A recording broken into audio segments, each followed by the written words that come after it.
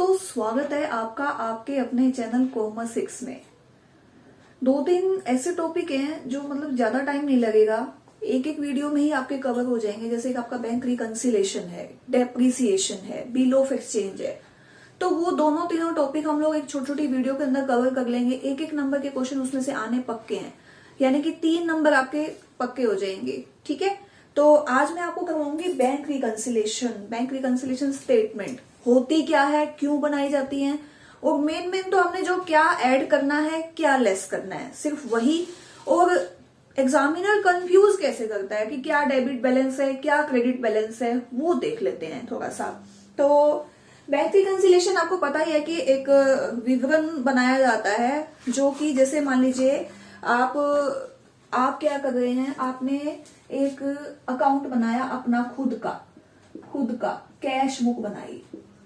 ये हो गई जी आपकी कैश बुक, जिसके अंदर आपने 2 कॉलम बना लिए। टू कॉलम बनाए, एक आपने बना दिया कैश का और एक आपने बना दिया बैंक का। और आप अपनी जितनी भी एंट्रीज हैं उनमें क्या ऐड हो रहा है, क्या लेस हो रहा है, या मतलब क्या डेबिट है, क्या क्रेडिट है, सारी एंट्री इसके हिसाब से लिख रहे हो बढ़िया से।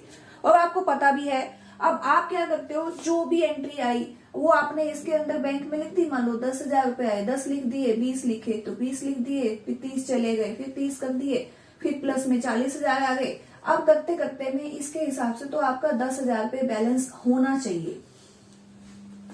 अब आप ये हमेशा मैं आपको एक ही बात कहती हूँ कि जब भी हम अकाउंट बनाते हैं, हम अकाउंट बनाना सिखाते हैं या हम अकाउंट बनाना सीखते हैं, सबके अंदर क्या होता है कि हम लोग है ना, एक छोटी सी दुकान का अकाउंट नहीं बनाना सीखते। हम एक बहुत बड़ी कंपनी, बहुत बड़ी इंडस्ट्री, बहुत बड़ी फर्म का बनाना चाहते हैं।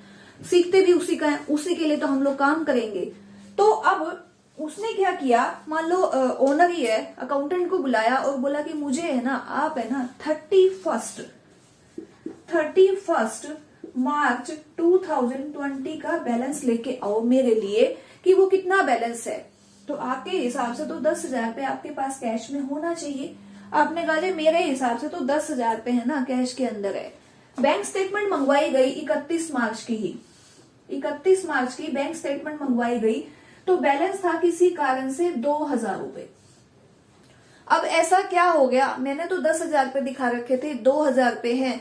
तो अब क्या करना है, तो हमें एक रिकंसिलेशन बनानी पड़ेगी। रिकंसिलेशन 31 मार्च तक की। 31 मार्च में बैंक ने क्या ऐड किया, क्या लेस किया, और हमने क्या गलती करी, या हमने सीधा किया, हमें क्या जो हमारे पास इंफॉर्मेशन है वो मिसिंग रह गई, या फिर हमसे लिखनी रह गई, या हमने किसी को चेक दिया, हम भूल गए एंट्री करना, या किसी से चेक लिया वो हम लगाना भूल गए, हमने क्या गलती करी। वो सब उस गलती को सुधारने के लिए, उस बैलेंस को मिलाने के लिए उस डेट तक, 31 तक ही, ये नहीं। अब आप कहोगे हाँ जी 31 वाला जो बैलेंस है ना, 31 को जो चेक नहीं लगा था वो 1 तारीख को लग गया। मैंने क्या कहा है कि 31 तक, मुझे तो 31 तक का बैलेंस मैच करके दो। तो मान लो मैं ओनर हूं, मैं अपने अकाउंटेंट को कह रही हूँ कि मुझे इससे मतलब नहीं है, 1 को क्या हुआ, 1 को कुछ भी हुआ हो, मुझे 31 तक का चाहिए। तो 31 तक बैंक ने जो चीज ऐड करी है हम उसको ऐड कर देंगे, बैंक ने जो चीज लेस करी है अब हमने नहीं करी, हम उसको लेस कर देंगे। क्या ऐड करना है, क्या लेस करना है, और एग्जामिनर कैसे हमें कंफ्यूज करता है वो मैं आपको बताती हूँ। वो देखिए आप एक बार ध्यान से, मैटर फंडा समझ में आ गया होगा कि क्या किस वजह से हमें बैंक रिकंसिलेशन बनानी पड़ती है।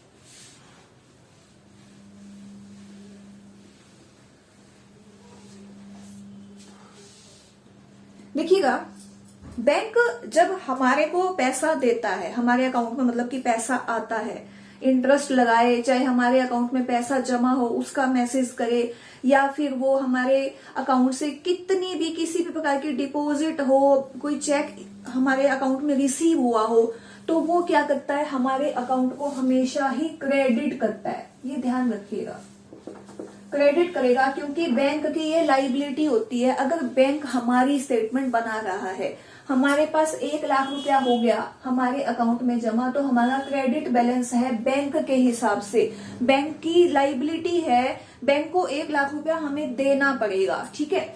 और अब मान लीजिए 50,000 रुपए और हो गए हमारे जमा हो गए, तो 1,50,000 का बैलेंस हो गया, क्रेडिट बैलेंस हो गया बैंक के पासबुक के हिसाब से। और ये क्या है, 50,000 रुपए बैंक क्या करेगा, क्रेडिट करेगा। सेम इसका अपोजिट, ये कंसेप्ट आपको समझ में आ जाएगा तो बैंक रिकंसिलेशन आप बहुत जल्दी कर लेंगे। देखिए सेम इसी के हिसाब से जब हम अपने अकाउंट बनाते हैं तो हम बैंक में, बैंक का जब अकाउंट बनाते हैं ना तो हम डेबिट करते हैं।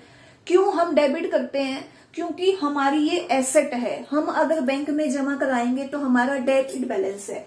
बैंक ने हमारे अकाउंट में क्रेडिट किया 1 लाख रुपया, लेकिन हमारा ये डेबिट बैलेंस है। बैंक ने हमें 50,000 रुपए फिर से क्रेडिट किए, हमारा ये डेबिट बैलेंस है। टोटल हमारा बैलेंस कितना हो जाएगा जी, डेबिट हो जाएगा, और बैंक वाले का कितना होगा, क्रेडिट। यानी कि बैंक ने हमारे अकाउंट में क्रेडिट कर रखे हैं 1.5 लाख रुपए, और जबकि हमारा बैलेंस क्या है, डेबिट, क्योंकि हमारी ये एसेट है, हम इसे यूज कर सकते हैं, हमारा पैसा है, बैंक की लाइबिलिटी है, इसलिए बैंक ने इसको क्रेडिट कर रखा है। सीधी सी बात है, जिस चीज को हम डेबिट करेंगे बैंक उसको क्रेडिट करेगा, जिस चीज को हम क्रेडिट करेंगे बैंक उसको डेबिट करेगा, यानी बैंक हमारा उल्टा करेगा। तो अब अगर हम जो मैं आपको पॉइंट पे आ रही हूं जिसमें हम कंफ्यूज होते हैं वो देखिएगा।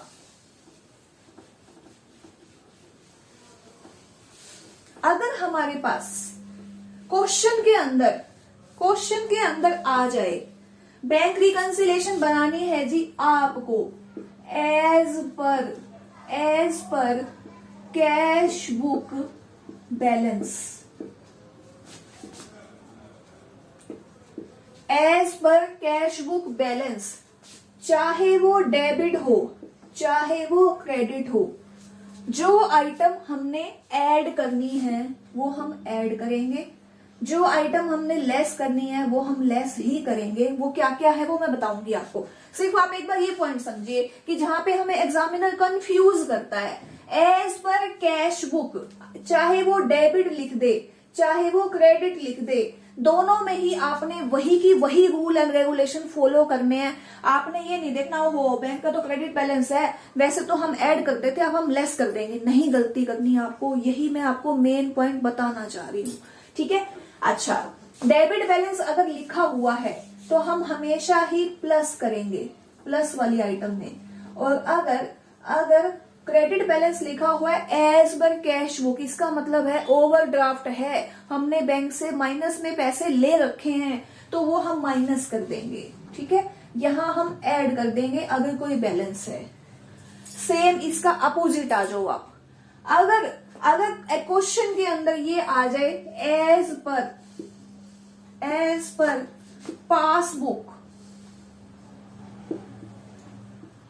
एज पर पासबुक बैलेंस, चाहे वो डेबिट है चाहे वो क्रेडिट है, हमने जितनी भी एंट्री ऐड करी थी वो हम सारी की सारी एंट्री लेस कर देंगे, अपोजिट कर देंगे, उल्टी कर देंगे एंट्री एज पर पासबुक। क्योंकि मैंने अभी आपको वो फंडा समझाया था कि हम जो एंट्रीज डेबिट करते हैं बैंक उसको क्रेडिट करता है, हम जो एंट्री क्रेडिट करते हैं बैंक उसको हमेशा ही डेबिट करता है।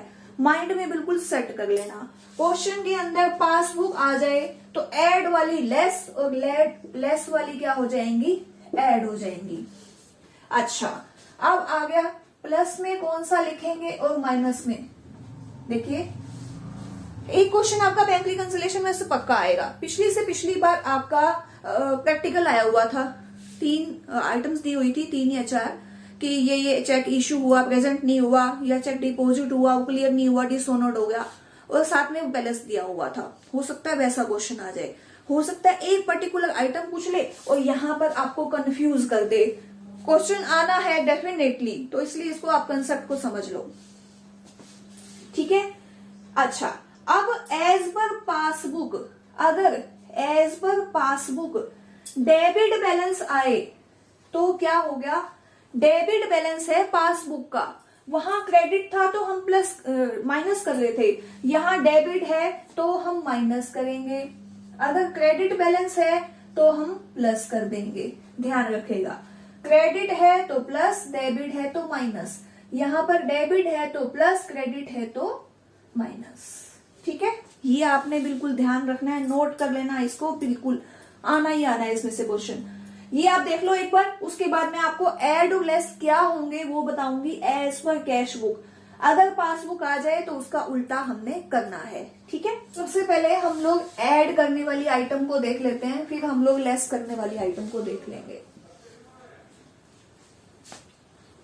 अब मान लीजिए हमारे पास बैलेंस है as per cash book debit balance 10,000 रुपए। 10,000 रुपए हमारा बैलेंस है। ठीक है, अब हमें क्या क्या ऐड करना है और क्या क्या लेस करना है वो आप ध्यान से देखिएगा। ऐड करने वाली आइटम,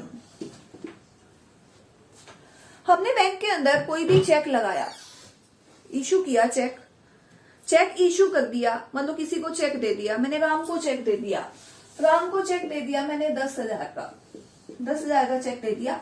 लेकिन उसने क्या किया, उसने 5, मान लो 2 चेक थे, 10,000 के टोटल चेक थे, 5,000 के चेक ही लगाए। मैंने मेरे अकाउंट में से क्या किया था, 10,000 रुपए लेस कर लिए थे, उसने तो 5,000 के लगाए, 5,000 के चेक लगे ही नहीं अब तक। तो क्या हो जाएगा, 5,000 पे 5,000 रुपीज जो है वो मैं क्या कर दूंगी, ऐड कर दूंगी। तो क्या हो जाएगा जी, चेक इशूड,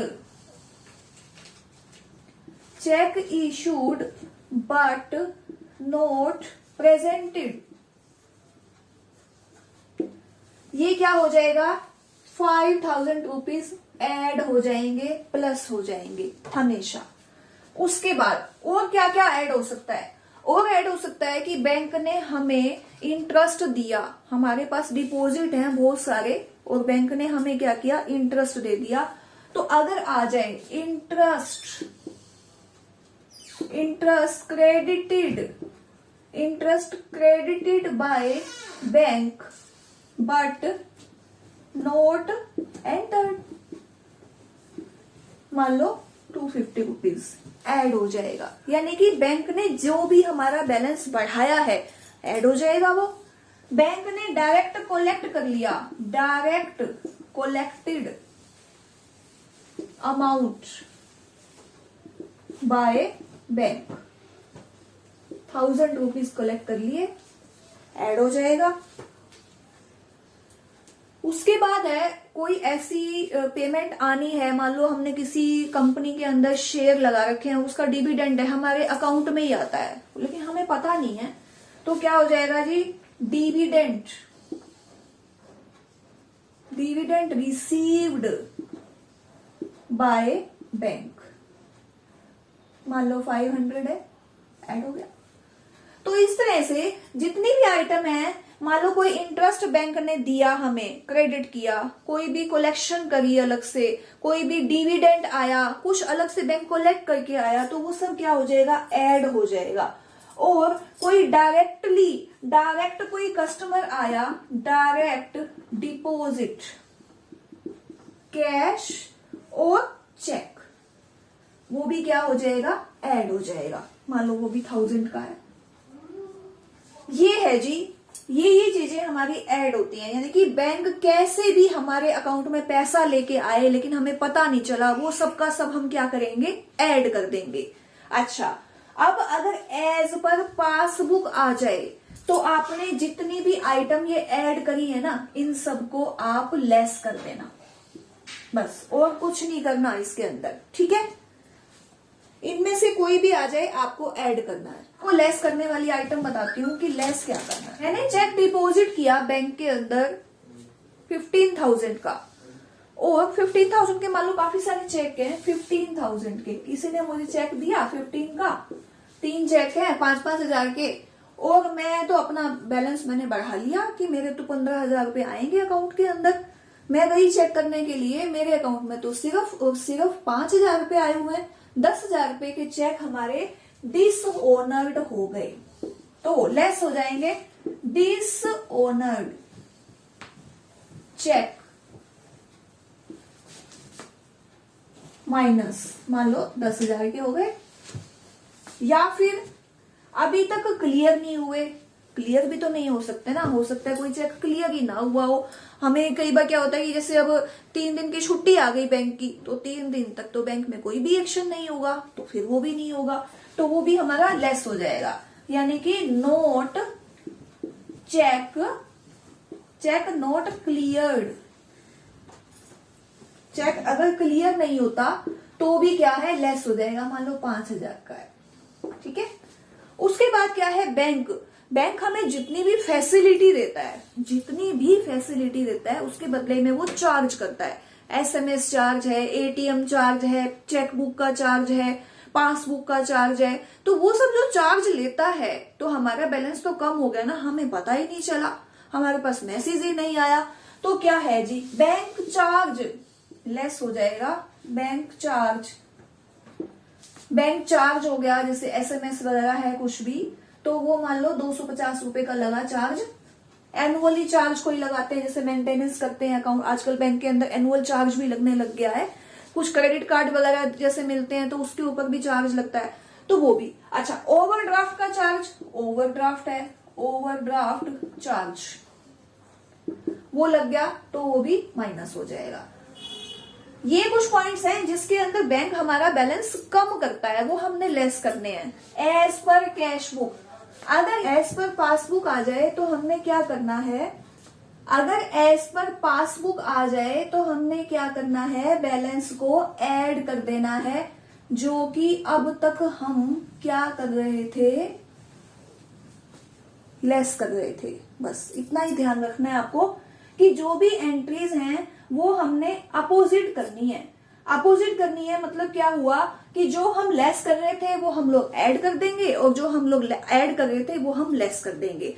एक बार थोड़ा सा मैं रिवाइज करवाऊंगी, क्विक रिवीजन। टॉपिक हमारा कंप्लीट है, पेपर में से क्वेश्चन इससे हटके आपका नहीं आएगा, ठीक है। ये कुछ छोटे छोटे टॉपिक्स हैं जो रह गए थे, हमारे पूरा चैप्टर ही है, लेकिन जितना आपका एग्जाम ओरिएंटेड है, जो क्वेश्चन आने हैं सिर्फ मैं उतने कराऊंगी। ये नहीं कि पूरा का पूरा प्रैक्टिकल आपको करवाऊं कि हाँ जी देखो ऐसा है, ऐसा कुछ नहीं। पेपर में जितना आपका आएगा, अभी सिर्फ हम लोग रेलिवेंट कंटेंट ही करेंगे। देखिए, अगर एज कैश बुक के हिसाब से बैलेंस आता है जी डेबिट, तो हम क्या करेंगे, प्लस में। और अगर आ जाता है क्रेडिट, तो हम क्या करेंगे, माइनस में, ठीक है। और बाकी जो ऐड और लेस की सिंपल एंट्रीज हैं वो वैसी ही करनी है। फिर आ गया एज पर पासबुक, अगर बैलेंस आ जाता है डेबिट, इट मीन्स क्या है, वो हमारा ओवरड्राफ्ट है, हम लोग क्या करेंगे, माइनस। अगर आ जाए क्रेडिट तो हम करेंगे प्लस। अच्छा, जो एंट्री हम कैश बुक के हिसाब से ऐड कर रहे हैं वो पासबुक के हिसाब से लेस कर देंगे, जो एंट्री हम लोग लेस कर रहे हैं वो हम पासबुक के हिसाब से ऐड कर देंगे, ठीक है। ये कुछ पॉइंट्स हैं जो मैंने आपको बताए हैं, आपको समझ में आए होंगे। क्वेश्चन इसी में से ही आएगा ज्यादातर। तो एक जो एंट्रीज है ना, पिछले आप चाहे KVS का पेपर देखो, चाहे आप आरोही का देखो, चाहे कोई भी देखो, एक क्वेश्चन आपका लगभग आता है, उसको रट लेना आप।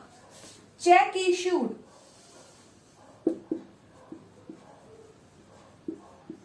But not presented,